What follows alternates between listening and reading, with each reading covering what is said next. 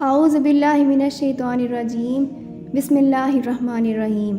محترم سامعین و ناظرین، السلام علیکم ورحمۃ اللہ وبرکاتہ۔ قرآنک وظائف چینل کی جانب سے حافظہ نبیلہ طاہر آپ کی خدمت میں حاضر ہے۔ میں امید کرتی ہوں کہ میرے چینل کی ویڈیوز آپ کو پسند آ رہی ہوں گی۔ آپ میرے چینل کو ضرور سبسکرائب کریں اور ویڈیوز کو چینل پر ہی مکمل دیکھیں۔ ویڈیوز کو لائک بھی کریں اور شیئر بھی ضرور کریں۔ تو چلتے ہیں آج کی ویڈیو کی جانب۔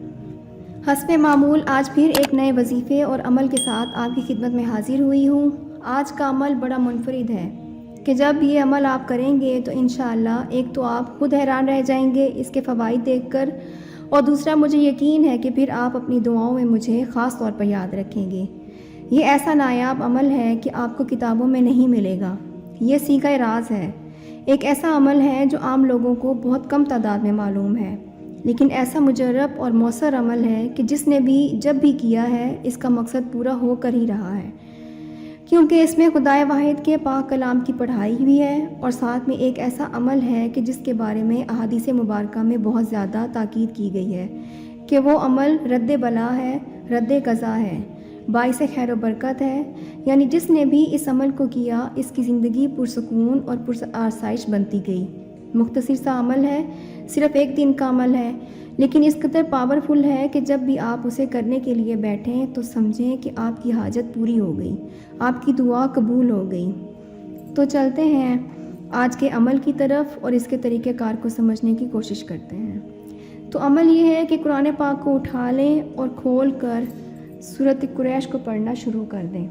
3 بار بھی پڑھ سکتے ہیں، 5 بار بھی پڑھ سکتے ہیں، 7 بار بھی پڑھ سکتے ہیں، لیکن توجہ اور دھیان سے کہ یہ میرے مالک کا کلام ہے، یہ میرے خالق کا کلام ہے، یہ میرے پالنے والے کا کلام ہے جو کریم ہی کریم ہے، جس کی ذات صرف کرم کرنے والی ہے۔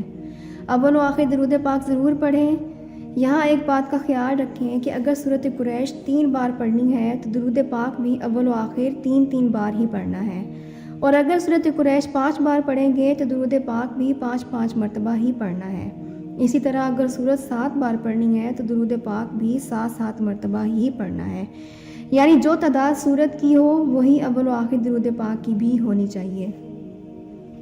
پڑھتے ہوئے آپ کے ذہن میں یہ ہونا چاہیے کہ آپ کسی بادشاہ کے دربار میں بیٹھے ہوئے ہیں، بلکہ بادشاہوں کے بادشاہ کے سامنے بیٹھے ہوئے ہیں اور اپنی عرضی پیش کر رہے ہیں کہ اے مالک دو جہاں، میری یہ حاجت ہے، میری یہ پریشانی ہے، مجھ پر اپنا کرم کر دے اور رحمتوں کی بارش مجھ پر برسا دے۔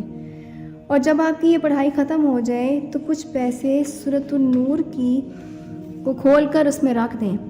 یہ بات ذہن میں رکھیں کہ اماؤنٹ میٹر نہیں کرتی، بس نیت اور خلوص سب کچھ ہوتا ہے۔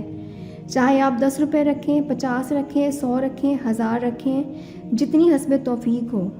جیسے کہ کہا ہے کہ اماؤنٹ میٹر نہیں کرتی، اس کی کوئی اہمیت نہیں۔ وہ پیسے سورۃ النور کی آیت نمبر 35 والے پیج میں رکھ دیں اور پھر قرآن پاک سامنے رکھ کر اللہ کے حضور دعا مانگیں۔ اپنی گزارش اس عظیم بارگاہ میں پیش کریں جو سب کی جھولیاں بھرنے والا ہے، جو کسی کو کبھی خالی نہیں لوٹاتا۔ اپنی وہ حاجت اس حاجت روا کے دربار میں پیش کریں کہ اے اللہ کریم، میری یہ پریشانی دور کر دے، میرا یہ مقصد دلا دے، میرے لیے اسباب بنا دے کہ تو ہی مسبب الاسباب ہے، میرے لیے فتوحات کے دروازے کھول دے۔ اپنی جو بھی دعا ہے وہ مانگیں اور قرآن پاک کو بند کر دیں۔ اس لمحے آپ کے ذہن میں یہی ہونا چاہیے کہ آپ کی جو بھی پریشانیاں ہیں، مشکلیں ہیں، ان کے لیے میں نے دروازہ بند کر دیا ہے۔ میں اب اس ذات کی پناہ میں آ گیا ہوں جس کا کلام میرے ہاتھ میں ہے۔ تو انشاءاللہ جو بھی آپ کا مقصد ہے وہ آپ کو مل کر رہے گا۔ میں اس بات کی گارنٹی دیتی ہوں کہ اللہ پاک کی ہی توفیق سے آپ کی وہ حاجت انشاءاللہ ضرور پوری ہوگی۔ اور جب بھی آپ کی حاجت پوری ہو جائے، آپ کو اپنا مقصد حاصل ہو جائے، چاہے وہ آپ کی روزی سے متعلق ہو، ملازمت و کاروبار سے ہو، رشتے یا شادی سے ہو، بچوں کی فرما برداری اور تابعداری سے ہو، یعنی کوئی بھی دنیاوی مقصد ہو تو اس کے لیے آپ یہ وظیفہ کر سکتے ہیں۔ وظیفہ کرنے کے لیے کوئی مخصوص وقت یا دن نہیں ہے، لیکن پھر بھی اگر جمعرات کی رات یا جمعے کے دن کیا جائے تو زیادہ بہتر ہے۔ اور جس آیت پر آپ نے پیسے رکھنے ہیں وہ آیت ہی نور علی نور ہے، تو اس کا یہ فائدہ ہوگا کہ پریشانیوں کا اندھیرا ختم ہو جائے گا اور عافیتوں کا نور ہر جگہ پھیل جائے گا۔ تو آپ کی جو بھی حاجت ہے اللہ کریم اپنے محبوب کے صدقے اس کو پورا فرمائے گا اور کل مومنین کی جائز حاجات کو پورا فرمائے۔ اب آخر میں یہ سوال اٹھتا ہے کہ ان پیسوں کا کیا کرنا ہے؟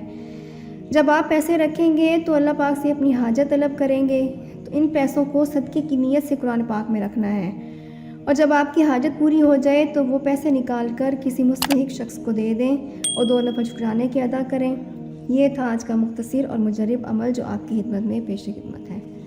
تو اللہ کریم کی بارگاہ عظیم میں دعا ہے کہ وہ رب کریم ہمیں نبی دو جہاں رحمت للعالمین کی لامحدود محبت اور غیر مشروط فرمانبرداری عطا فرمائے، آمین۔ مجھے امید ہے کہ آج کی ویڈیو آپ کو ضرور پسند آئے گی اور ہمارا آج کا وظیفہ آپ کے لیے پرفارم کرے گا۔ اپنے مقصد کو ہمیشہ جائز رکھیں تاکہ جلد سے جلد آپ کو مطلوبہ نتائج حاصل ہو سکیں۔ اب مجھے دیجیے اجازت، بہت جلد نئی ویڈیو میں ملاقات ہوگی۔ خوش رہیں، آباد رہیں، اللہ حافظ۔